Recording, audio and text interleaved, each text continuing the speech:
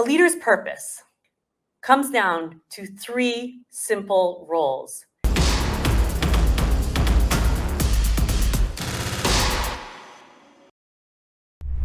First, to set the direction. Where do we need to go?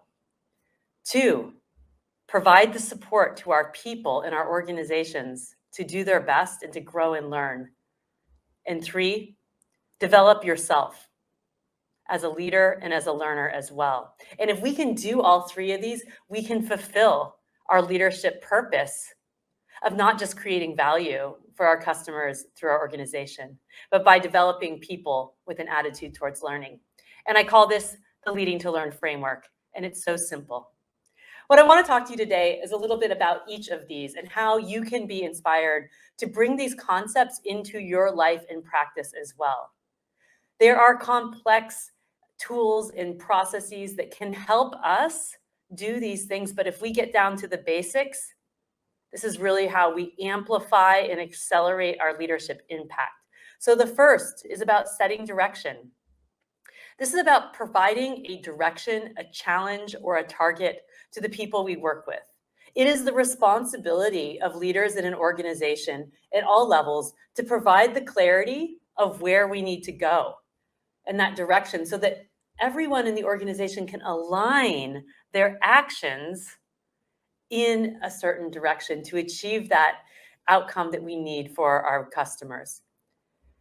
Having clarity of the target is very important. And it's important to emphasize too that this should be based on what is needed, not just what is achievable.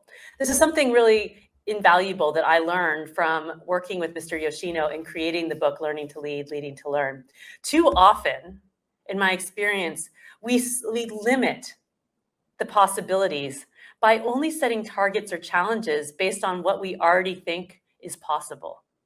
But when we have an attitude towards learning about the plan, do, study, adjust cycle of knowing that it's what we learn by not meeting the target the first time that allows us to grow and stretch and create something new. But then again, this requires us to have an attitude of learning, of knowing that it's what we learn from not meeting the targets that will help us get better and build and create.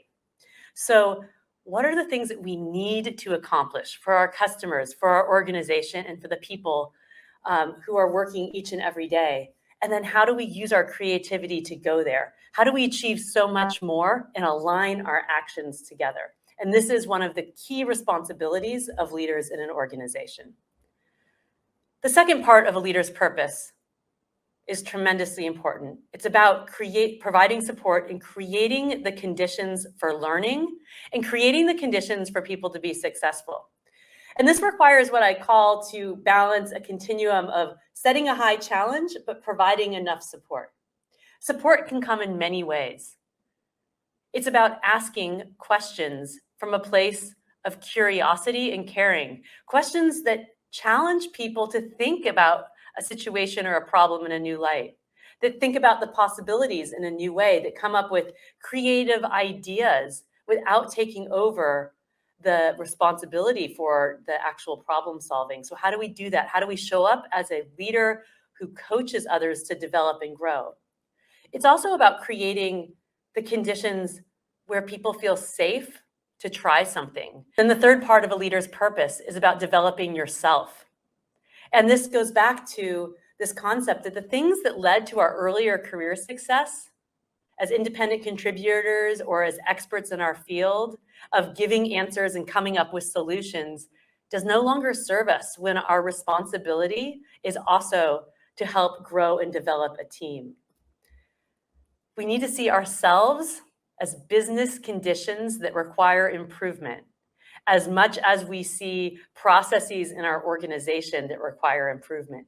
It's about how each of us show up as human beings to contribute to a purpose of learning, growing, and more, and to solve and achieve important problems and outcomes that we need for our customers.